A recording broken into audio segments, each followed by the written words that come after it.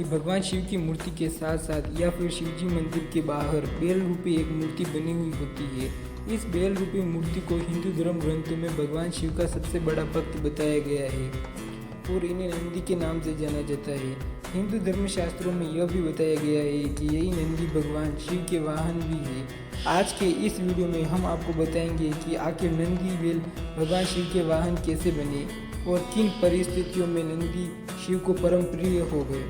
हिंदू धर्म के 18 प्राणों में से एक शिव पुराण के रुद्र संहिता में बताया गया है कि भगवान शिव का वाहन नंदी बेल उनके सबसे प्रिय होने के साथ सभी गणों में प्रमुख भी है। ऐसा माना जाता है कि नंदी बेल भगवान शिव के ही अवतार है, जिसका वर्णन शिव पुराण के शतरुद्र संहिता में किया गया है। शतरुद्र संहिता में वर्णित कथा के अनुसार पौराणिक काल में एक धर्मात्मा मुनि हुआ करते थे। बुढ़ापा आने पर मुनि को भय सताने लगा कि मृत्यु के पश्चात उनका वंश समाप्त हो जाएगा। तब एक दिन उन्होंने अपने पूर्वजों यानी पितरों के आदेशों पर मृत्युहीन पुत्र की प्राप्ति के लिए देवराज इंद्र को कठोर तप कर प्रसन्न किया और वरदान स्वरूप उनसे ऐसा पुत्र मांगा जिसकी मृत्यु छू भी न सके। परंतु देवराज इंद्र ने ऐसा पुत्र देने में खुद को असमर्थ बताकर मुनि से देवों के देव महादेव की तपस्या करने को कहा। उसके बाद शिलाद मुनि देवराज इंद्र के आदेशानुसार महादेव की तपस्या करने लगे। काफी समय बाद उनके तप से प्रसन्न होकर महादेव वहां पधारे और वर मांगने को कहा। तब मुनि भगवान शिव से बोले, हे प्रभु, मुझे आपके समान ही पुत्र चाहिए जो अजन्मा हो, जिसकी मृत्यु छू भी न पाए। तब शिवजी प्रसन्न होकर मुनि से बोले, हे मुनि, यद्यपि मैं सारे जगत का पिता हूँ, फिर भी तुम मेरे पिता बनोगे और मैं तुम्हारा अयोनिज पुत्र होऊंगा तथा मेरा नाम नंदी होगा। इसके बाद भगवान शिव वहाँ से अंतर्ध्यान हो गए। उधर शिलाद भी खुशी खुशी अपने आश्रम लौट आए। कुछ समय बाद एक दिन शिलाद मुनि भगवान शिव के नाम से यज्ञ कर रहे थे। उसी समय यज्ञ कुंड से एक बालक उत्पन्न हुआ। उस बालक के शरीर की प्रभा युगांत कालीन अग्नि के समान थी। शिलाद ऋषि प्रसन्न हो उठे और भगवान शिव की स्तुति करने लगे। फिर मुझे लेकर वे शीघ्र ही अपनी पाठशाला को चल दिए। फिर शिलाद ने उस बालक का जात क्रम आदि सभी संस्कार संपन्न किए।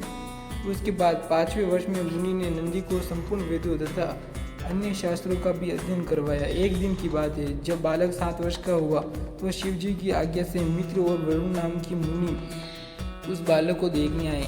उन्होंने मुनि को बताया कि आपका पुत्र नंदी अल्पायु है, इसकी आयु 1 वर्ष से अधिक नहीं है। उन मुनियों के मुख से ऐसी बातें सुनकर पुत्र वत्सल शिलाद नंदी को छाती से लिपटाकर फूट फूट कर रोने लगे। तब पिता और पितामह को मृतक की भांति भूमि पर पड़ा हुआ देखा। नंदी शिव जी के चरण कमलों का स्मरण करके प्रसन्नता पूर्वक पूछने लगे, पिताजी, आपको कौन सा ऐसा दुख पड़ा है जिसके कारण आपका शरीर कांप रहा है और आप रो रहे हो?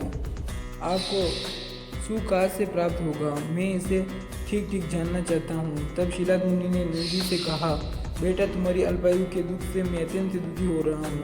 तुम ही बताओ, मेरे इस कष्ट को कौन दूर कर सकता है?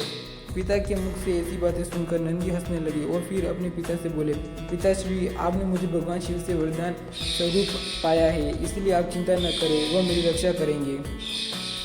अगले दिन नंदी पिता से आज्ञा लेकर भगवान शिव की तपस्या करने के लिए भुवन नदी के तट पर चले गए और वहां पहुंचकर वह नदी के किनारे आसन पर बैठ शिव जी की कठोर तपस्या करने लगे। नंदी की कठोर तपस्या देखकर भगवान शिव कुछ समय बाद ही उनके सामने प्रकट हुए। परंतु जब नंदी ने शिव जी को देखा तो वो भूल ही गए कि वो लंबी आयु के लिए कठोर तप कर रहे थे। भगवान शिव ने नंदी से वरदान मांगने को कहा। फिर नंदी ने वरदान स्वरूप ताउम्र शिव का सान्निध्य मांग लिया। नंदी ने उनसे प्रार्थना की कि वह हर समय उनके साथ रहना चाहते हैं। तब भगवान शिव ने नंदी से बोला, तुम्हें मृत्यु का भय कहा? तुम तो मेरे ही समान हो, इसमें तनिक भी संशय नहीं है। तुम अमर, अजय, दुख रहित और अक्षय होकर सदा गणनायक बने रहोगे तथा पिता और सहद्र्य वर्ग सहित मेरे प्रिय जन हो जाओगे। तुम्हें मेरे ही समान बल होगा। तुम नित्य मेरे पास वो भाग में स्थित होंगे और तुम पर निरंतर मेरा प्रेम बना रहेगा। मेरी कृपा से जन्म, जरा और मृत्यु तुम पर अपना प्रभाव नहीं डाल सकेंगे। तत्पश्चात शिवजी ने उमा से कहा, हे देवी, नंदी का अभिषेक करके इसे गणाध्यक्ष बनाना चाहता हूँ, इस विषय में आपकी क्या राय है? तब उमा बोली, देवेश, आप नंदी को गणाध्यक्ष पद प्रदान कर सकते हैं, क्योंकि परमेश्वर यह शीलानंदन मेरे लिए पुत्र के समान है, इसलिए नाथ यह मुझे बहुत ही प्यारा है। तदंतर भक्त वत्सल्य भगवान शंकर ने अपने अतुल बलशाली गणों को बुलाकर उनसे कहा, नायको, तुम सब लोग मेरी आज्ञा का पालन करो। यह मेरा प्रिय पुत्र नंदीश्वर सभी गणनाएं का अध्यक्ष और गणों का नेता है, इसलिए तुम सब लोग मिलकर इसका मेरे गणों के अधिपति पद पर प्रेम पूर्वक अभिषेक करो। आज से नंदीश्वर तुम लोगों का स्वामी होगा। इस प्रकार नंदी के समर्पण से प्रसन्न होकर भगवान शिव ने नंदी को पहले अपने गले लगाया और उन्हें बेल का चेहरा देकर उन्हें अपना वाहन बनाया, अपने गणों में सर्वोत्तम के रूप में स्वीकार कर लिया और तभी से शिव की मूर्ति के साथ नंदी की प्रतिमा भी स्थापित की जाती है।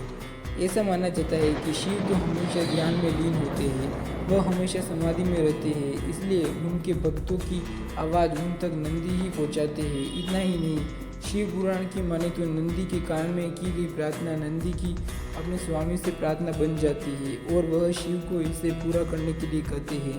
नंदी की प्रार्थना शिव कभी अनसुनी नहीं करते, इसलिए वह जल्दी पूरी हो जाती है। तो दर्शकों, उम्मीद करता हूँ कि आपको भगवान शिव और नंदी से जुड़ी ये कथा पसंद आई होगी।